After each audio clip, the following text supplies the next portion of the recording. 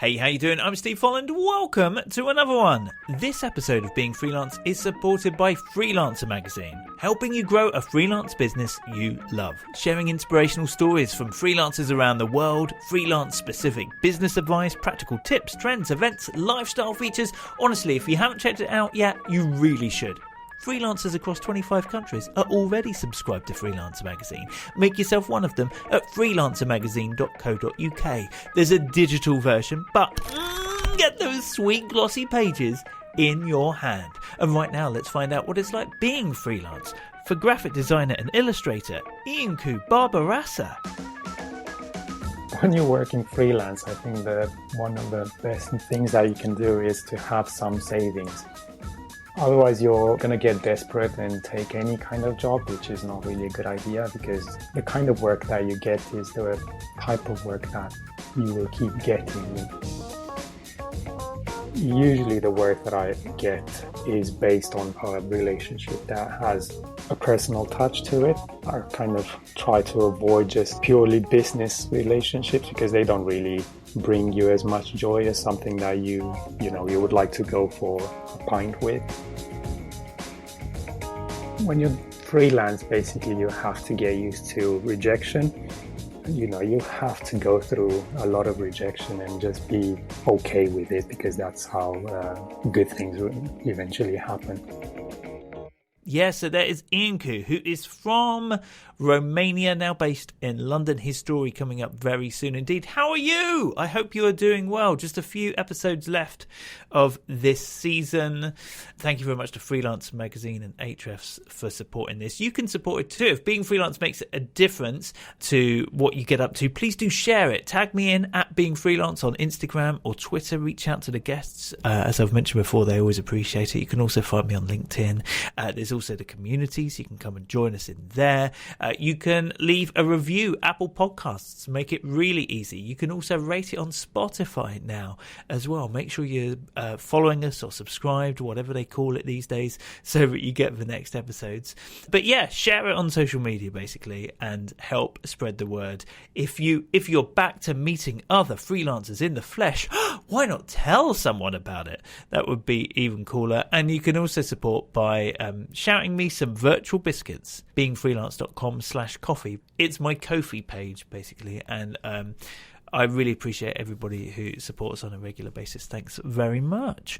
Right, well, let's crack on, shall we? Speak to this week's guest, and that is graphic designer and illustrator Iancu Barbarasa. Hey, Iancu. Hi, Steve. Thanks for having me. As ever, how about we get started hearing how you got started being freelance? Well, I went to university in Transylvania, if that sounds interesting.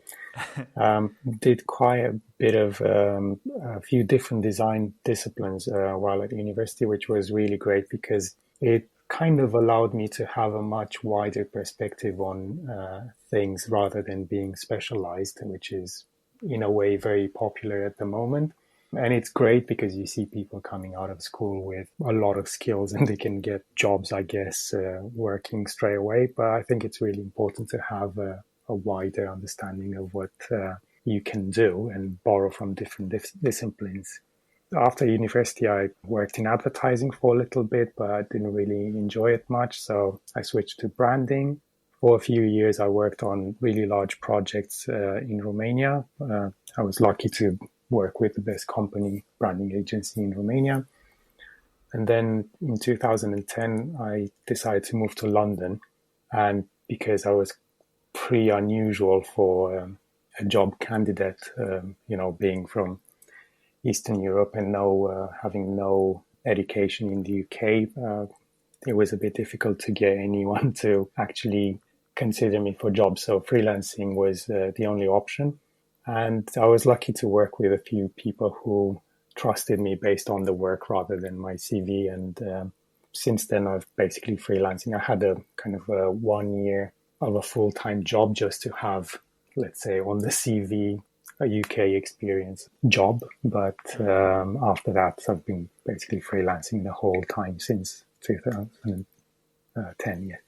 So how did you go about getting those first clients when you decided that actually I don't really have much choice here. I'm going to go freelance. Well, basically, for quite a few months before moving to London and also afterwards, I spent all my time looking at, okay, who's who on the market, who's doing really interesting work, and then trying to get in touch with those people. So I sent, I think, over 500 or 600 emails to people. And then some of them, not many initially, replied, and I went to see them. One really good trick was that I didn't really ask, hey, do you have any jobs? I was just asking, hey, I'm doing this kind of work. I think your work is really great and I really like this project and that project. Would you have time to meet for a coffee or tea and have a chat? And usually the really nice thing is that people are quite open about that, and they're free to, they don't mind if someone comes in for a chat. And I was lucky to meet a few people who really liked me and gave me initially a couple of small jobs. And then one of them actually got me to work on quite a few big projects. One of them, actually one of the largest projects that I've ever done, the ITV rebranding. And his name's Matt Rudd. He's a good friend now. And we've done lots of really interesting and really good projects since we've met. Yeah. That's so cool. That huge job and that long-term relationship came from essentially a cold, although it doesn't sound like a cold email because you put thought into it and were looking at each person, but nevertheless, it was an email that you sent first. Yes, yeah. I have a couple of people who I've pretty much built relationships with based on just getting in touch, finding that we have something in common. For instance, Matt also does music, and my mom's a music teacher, so I have a big passion for music as well. So there was always, with all the people that I've kept in touch over the years, something that would go beyond just, let's say, design work or branding work that we were doing professionally. There was always a personal connection as well. And usually the work that I get is based on a relationship that has a personal touch to it. I kind of try to avoid just the purely business relationships because they don't really bring you as much joy as something that you do with someone that you really, you would like to go for a pint with. Yeah, no, I love that. I mean, 600 emails. That's a lot of emails. Yeah. Imagining that a lot of them didn't reply, how did you cope with that? Well, I wasn't expecting most of them to reply, to be honest. I think when you're freelance, basically, you have to get used to rejection. And it's really interesting because I used to be quite good at it, but then because I started getting higher profile projects and clients, I kind of forgot what it feels like. And in recent years, as I was starting to expand into illustration, I kind of went back to zero on that side. So again, I had to write to a lot of people, not get any replies for most of my emails or letters or whatever. And it just felt really frustrating. And I remembered, oh yeah, this was how it was in the beginning as well. You would just send 100 and you would get 10 replies back at best. But that's how it is. I think I actually have on my desktop a really good image with, I think it's one of the cartoonists doing work for the New Yorker, and he has like a huge pile of cartoons that have been rejected and a really thin pile that has a yes post-it on it. And it's just a good reminder of that, you have to go through a lot of rejection and just be okay with it, because that's how good things will eventually happen. So you came to London as a designer. Presumably you'd always illustrated as well, just not done it professionally? Yes. Well, initially I was really passionate about branding, and that was mainly what I was doing. And I always had side projects, especially because when I was doing big corporate projects or rebranding projects, it was always, you would have a bit of fun in the beginning through the initial creative stages, But then once you go into implementation, which can take weeks, months, even years for some projects, there's not as much room for play or exploring. You just do a lot of, let's say, you set the rules into motion, you make sure that the guidelines or the applications are done well. So there's not as much fun to be had. It's still enjoyable to a certain degree, but you don't get to do, let's say, what really got you into the job, having fun doing things visually. So side projects have always been kind of something that I've been doing on the side just to keep myself fresh in a way. Mm-hmm. And for some reason, I think based on the work that I was doing as well, at some point I started doing side projects that were completely handmade. So drawing or lettering without any computer involvement. And that led to doing more and more illustration. And at some point, because of one of my side projects that got featured in a couple of magazines, I had a call from an email actually from Apple, and they wanted me to do something similar for them. And it never really got published. And as far as I've been told, a lot of projects of theirs happen like that. So they do a lot of work with people, but not, I guess it's like the tip of the iceberg gets actually published. But the whole experience made me realize that actually I really enjoy doing this, and I'd like to do it for clients as well, not just for myself. So I think in the last 4 years or so, I've been actually working as an illustrator as well with various clients. For instance, we present some of the recent ones, and we've done quite a few projects together, and they're always good fun to work with. Wow, though, when when you get a call from Apple, that's quite a thing. Where were you sharing your work that it got found? But it ended up in a magazine and what have you? Well, I tend to write to magazines every now and then when I have an interesting project. And I also post on social media channels, so Instagram, LinkedIn, Twitter. Then every now and then I post work on Behance. I can't remember exactly. There was some blog that I think the guys at Apple saw my project on. Then they checked my Behance page, I think, which led them to my website. I try to keep my website as updated as possible. And eventually they sent me an email, and I had to kind of Google the person to make sure it wasn't a scam. But it was legit, and it was a nice project to do. Too right, yeah. Especially because it must give you confidence as well. Well, it depends on how it goes. And especially if the project doesn't get published, then you're kind of wondering, is it because of me, or is it because of, just didn't work out, or they changed their mind, especially because they're not an actual graphic design agency or branding agency. Obviously, if you're doing a graphic design or illustration project with them, they have way more reasons before anything, like obviously hardware, which is their main thing. So many people before your team decide to do things one way or another, and you don't really get to see any of that. You're just a little part of a machine in a way. But at the same time, yes, it feels great. And when you're working with big clients, in a way, that's what you're trying to do initially, to get big clients or high profile projects. But at the same time, it's really good to work with smaller clients as well, and be able to do things that a big client would not be open to publishing or doing. You can be a bit more flexible. I think it's really good to actually to not pigeonhole yourself into just saying, at least from my perspective, just to be as flexible as possible and do lots of interesting different types of projects. So does a lot of your work tend to be you working with an agency, a production house, for example, or do you work directly with clients one-on-one?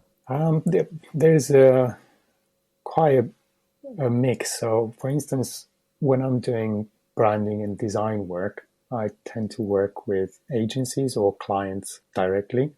I've had up until the pandemic started, I was working mainly with agencies. So I would go into their office as a freelancer and work on projects for a few weeks, a few months, or like the ITV project and a couple of others for a year or two. And then for illustration work, I tend to work with editors or an agency as well, or even a client sometimes. It's really, I mean, every project is different, and it's really interesting to see different approaches. It's very different when you're working with an agency and an art director or designer compared to when you're working with a client directly. Both have good sides and downsides, I guess. And so that means that sometimes you're working in-house, as in literally in a building with other people. Oh, yes. Yeah, that was kind of most of the time up until 2 years ago. If you're working from home or from a co-work space, like how do you like to work? Well, since the pandemic started, I've been working from home. We have my partner and I both work from home, and we have a nice office at home. And I'm quite happy with this approach, and I think it works well. I'm pretty much on the working remotely from now on camp. So in a way, it's, let's say, one of the silver linings of the whole last 2 years period. Although, you said about how important building up a relationship with people was. Is that harder when you're not going in and spending time with them? That's a good question. I think it depends a lot more on how you hit it off with the person or the people that you're working with. I've worked with people, for instance, from Hong Kong or Canada as well. Basically, in the last couple of years, I've had a lot of international clients. And at the end of the day, it's all about trust. For instance, the Canadian client, even though we had quite a few bumps into the project because of things not being, the brief not being very clear from the very beginning, because the relationship was really good. We had a lot of trust between us. It really worked out well, even though we didn't know each other before that. While other projects with people, let's say, that would be closer or even going to the same office, because there's not really, you're just kind of seen as someone who does a job and then that's it. There's nothing else, or no one really cares. You're just there to tick a box, if that makes sense. It wasn't nearly as good in terms of how the work eventually happened or came out. And it's not like something that you would say, oh, I loved working with those people. It's just something, okay, yeah, that was nice. We've done the job, but that's it. So I don't think it really matters as much. It's nice, yes, to have a chat in the office sometimes, and it does help. But at the same time, I think it's all very arguable. It's much more about the level of trust between people. And then whether you're meeting in person or you're doing Zoom calls or emails or classic phone calls, anything works if you have that level of trust. Mm. And given that you work with quite a lot of agencies, how do you go about showing your work? Like, are you allowed to show that online? I know sometimes that's a stumbling block for people. Yes, yeah. Well, the bigger agencies, like international clients and agencies with lots of offices, they tend to be a bit not picky, but in most cases they have very long, complicated contracts with their own clients, so they're not that happy about showing work. But at the same time, the work that I've done with clients like that is often the result of a much bigger team, which means my impact on those projects is smaller. And the work that I tend to show on my website and my social media channels is usually the work that I've done either entirely myself or to a really significant degree. Let's say 70% of the work was my own work and something like that. I don't show, I think this is actually one of the not very nice things that happen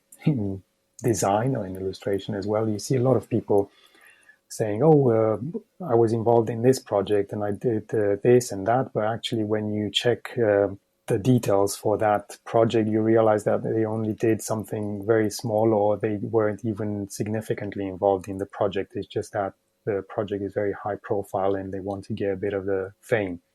And after, for instance, we finished the ITV project, I remember seeing for at least 2-3 years afterwards, a lot of people showing the work that I had done. Basically, I knew all those visuals by heart because I was the one who created them, and they were showing them in their portfolios saying, oh, I was involved in this, and I didn't know the person at all. So yeah, interesting how people behave, let's say, publicly. Back with Iancu in a moment. Right now, though, just want to take a sec to tell you about Hrefs, who support this episode. Thank you to them. They are, as you surely know by now, responsible for the awesome Hrefs Webmaster Tool. It's free, such a brilliant resource. It audits your website. In fact, I like it. It sends me emails and it says, we've crawled. There's these little things crawling my website while I sleep. It gives me a report and then prioritizes the changes I need to improve my search rankings. I've been using it for beingfreelance.com. You can use it for your freelance business, and it's free. So check it out. Go to ahrefs.com/AWT. Ahrefs is spelled AHREFS.com. And if the idea of getting Google to work for you sounds confusing, don't worry, it is for me too. But Ahrefs also offers helpful tutorials on search engine optimization. And anything you don't understand on the website, you click a little button and it explains it to you. Thank you. Wish everything in life was like that. Check it out, ahrefs.com/AWT. And thanks to the team at Ahrefs for supporting this episode. Okay, back to our chat with Iancu. And you've not found any issue in putting yourself out there as a graphic designer and an illustrator? I suppose the two are quite close together. It's not like some other disciplines, but often we feel like we should just be doing one thing, being known for one thing. Yeah, well, this is a bit of an interesting situation or discussion as well, because in recent years, or let's say in the last 10 years, the trend has been for people to specialize in something. While my view on this is that it's actually beneficial for you, especially if you've been working for quite a few years, to open up basically and try to look at different fields and get your inspiration from a lot of different sources, rather than just keep looking at the same design blogs and magazines and not really be interested in anything else. And for quite a long time, and even I think even now, you have a lot of people who keep banging on about, oh, designers should learn to code or something like that. And I actually thought about it for a few years. Then I thought about going more into strategy. And there are quite a few people who, let's say, after getting 10, 15 years of experience, even getting close to 20 years of experience, they start moving into either creative director roles, or they shift to strategy or even managing as well, or they open up their own company where they do pretty much everything. So creative director and also running the company. And you don't really have a lot of examples of, okay, what do you do if you don't want to go up the career ladder, or you don't want to change your job entirely? You know, there aren't that many examples. And some of my, let's say, role models are Alan Fletcher and Milton Glaser. And if you think about them, and a lot of designers from their generation, they were doing really high-profile design projects and big rebrandings, but they also were doing children books. They were illustrating covers and doing even proper books, like Milton Glaser was doing, illustrating Dante's Inferno. He has some amazing work. And I think that's really the kind of work that I want to do, and I don't see any problem in doing both, let's say, these types of work. I think both can inform each other really well, and you can get really beautiful, surprising projects and solutions, things that you don't really see with other people. And last year, actually, I had a client who asked me to do their visual identity, their logo and everything else. But her request was to do something that looked like my sketchbooks, because we used to work together in a big agency, and every day she would come by my desk to look at whatever I've drawn that day in my sketchbook, and she really liked that. So I think that's great, when you can see that you can have both working well together. Yeah, no, I like that. And how have you coped with the business side of it? Because originally, you were set out to go get a job with, well, just a normal job, Yeah. and then found yourself being freelance. How have you coped with that? Well, when you're working freelance, I think one of the best bits of advice and things that you can do is to have some savings. Otherwise, you're going to get desperate and take any kind of job, which is not really a good idea, because the kind of work that you get is the type of work that you will keep getting, unless you take time from every now and then to do slightly different types of projects, or you just show certain projects in your portfolio, you're going to keep getting work that people know you can do. And as a freelancer, that's really difficult to have a bit of a direction intentionally and not let yourself slide one way or another just based on whatever clients you have or whatever projects you get by chance or something like that. And I think, yeah, besides savings, just enough to allow you for a few months, ideally, well, at least 2 months that you can basically, if you don't get any work, or if you get some work that you really don't want to do, you can say no. I think that's really, really important. And then after that, it's good to kind of plan in advance and think of, okay, what do you want to do slightly longer term, and try to go into that direction and get more clients from a certain field or a certain type of clients, and just plan things a bit, I guess, and not let it go all based on luck and chance.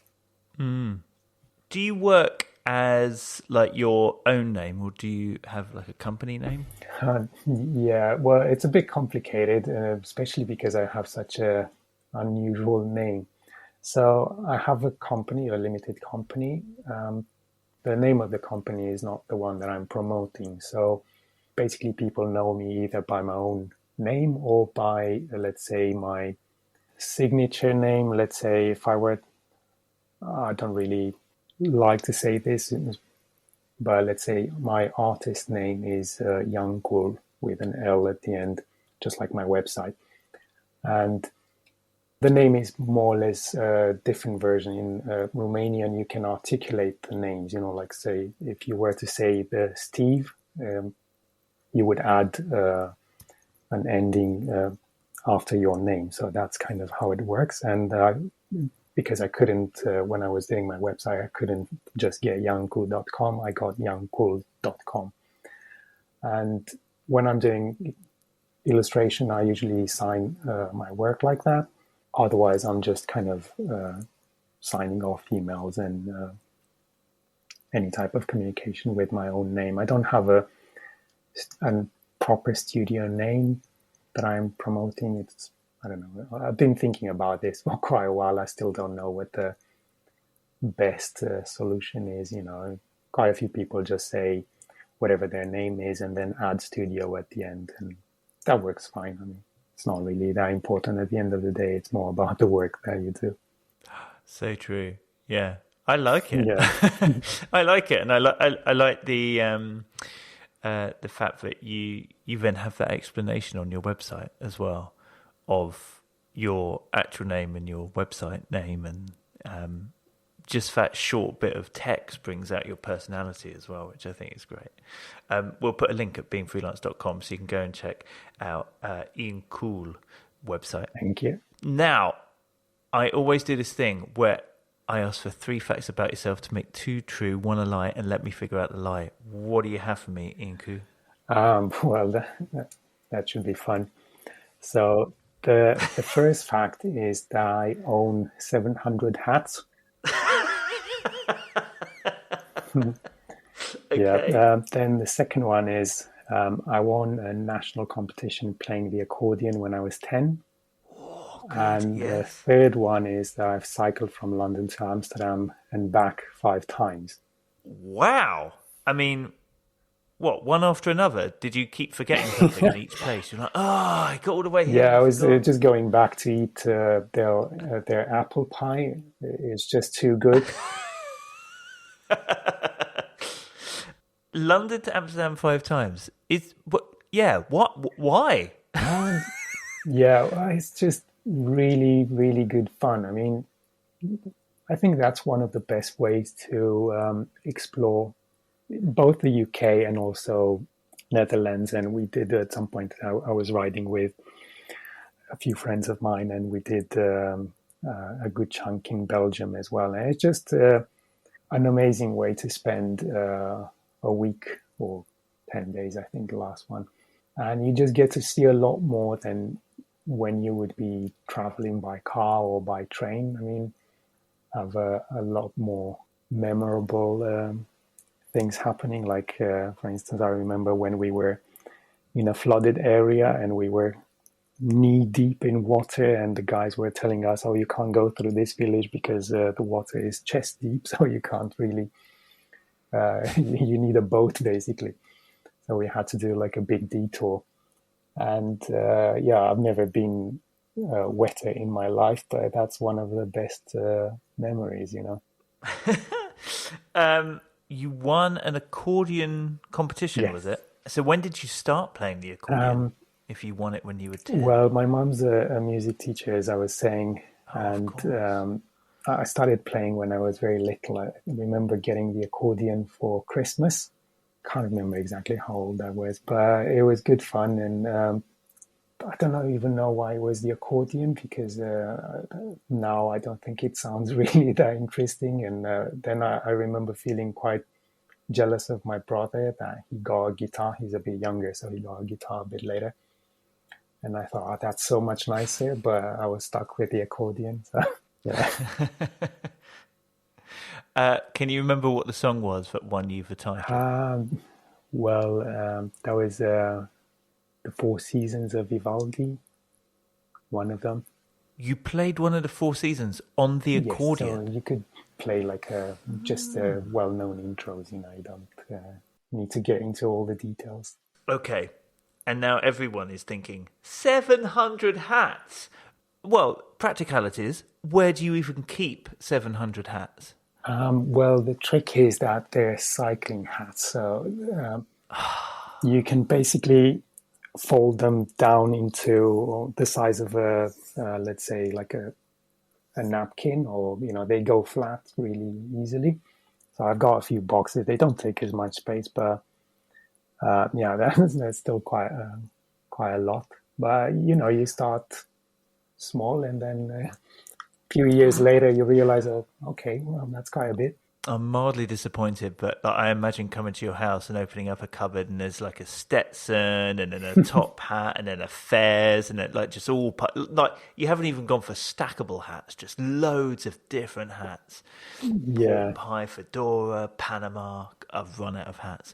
But even so, why have that many cycling caps? Like, is it like a souvenir Um, or something? Like, yes and no. Mainly the reason behind them is because I got into cycling quite seriously about, I don't know, 7, 8 years ago, and I really liked their practicality. I would say they're the most practical hats, because they really take very little.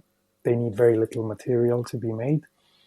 You can stack them or put them in your pocket really easily. And then uh, I guess the main reason why I have so many is because I realized that you could find a lot of really interesting designs, and that was in a way a form of research and that I was doing for my own work. And most of the ones that I have by now have really interesting patterns. So, for instance, I've got a lot of them made out of Japanese fabrics or African prints fabrics, and they just look amazing. Most of them, obviously, I don't even wear because they're too nice and they're more like visual references rather than actual usable objects. Oh my gosh. I am drawing a blank onto which is a lie.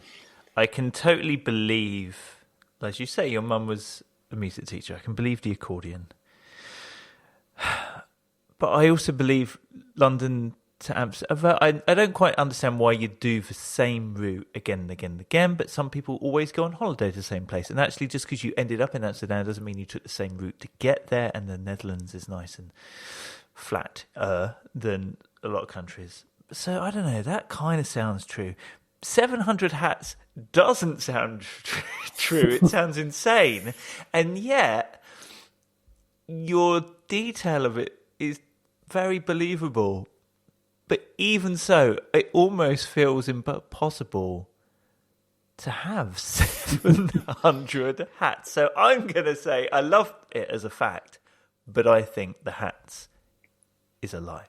Well, the hats are actually true, and I've got more than 700, but that's more or less a good number. Wow! Yeah. That's amazing. I can see a Netflix drama coming out of The Man with 700 Hats. It feels like some sort of book title from Frederick Backman. So you've got 700 hats. So what's the lie? The accordion? Yes, yeah. I didn't win a national competition. I did have an accordion, but I don't remember how many. Maybe I used it for a couple of years or so. Well done. That was great. Now, if you could tell your younger self one thing about being freelance, what would that be? I think the really, really important thing is to practice with intent, and that really helps you, and have a pretty much daily set time for practicing. And that could be, let's say, doing design work, if you really want to be just like a graphic designer, or even if you want to go into code or doing something else. But having that, let's say, 1 hour in the morning when you're doing something that you really love and you're just doing it for yourself, or maybe for a personal project that you want to publish at some point, that really, really helps, especially if you think long term. Because I've seen so many really talented people who, after especially, let's say, 5-10 years of experience, they really stop learning. And once you do that, there's just no way. You're basically going backwards. It's not like you're going to keep at the same level, because things change all the time. There's new stuff coming out, new people, new styles, or interesting things that you can do. And even if you don't, and I think that's actually good to avoid trends and not get into them, it's still important to know what's going on and try and see, okay, is it something that I can use in a way or another? Do I enjoy it, or like doing something like that as well? Or do I keep searching for my own things? And you can't do that if you're not serious about putting in the time every day, or at least every week. It's like Christoph Niemann was saying in one of his books and his talks as well, that athletes and musicians, for instance, they practice every day, so why shouldn't designers and illustrators do the same as well? Nice. Iancu, it's been so good to talk to you. Thank you so much for sharing your story. Go to beingfreelance.com. There'll be links through. There's highlights, a transcription, all the links so that you can go and find Iancu online. And, of course, if you're listening to this, keep your podcast app open. Think about leaving a review. Make sure you've hit subscribe or follow, whatever it's called in your app of choice these days. And don't forget, I also do a podcast for freelancing parents. So while you've got your phone open or whatever, search for Doing It for the Kids. You'll find me there too. But for now, Iancu, thank you so much and all the best being freelance. Thank you very much for having me, Steve. It was really good fun. Thank you very much to Iancu. Hope you enjoyed that. As I mentioned, go find him online, and if you've enjoyed this, please do share it and rate, review. It really does make a difference. If you're new to freelancing, or you know somebody who is, like they're thinking about getting started, they've just got started, maybe they've been doing it for a year, but they think there must be a better way, you can also do me a favour and them a favour by telling them about the Being Freelance course. It's called How to Get Started Being Freelance, and it really, well, it's already made a difference to so many freelancers who have taken it, and it can make a difference to you or them very soon. I won't wang on about it, but you can find all the details by going to beingfreelance.com and clicking course. Okay, I'll see you for another one very soon indeed, but in the meantime, have a great week. Being Freelance.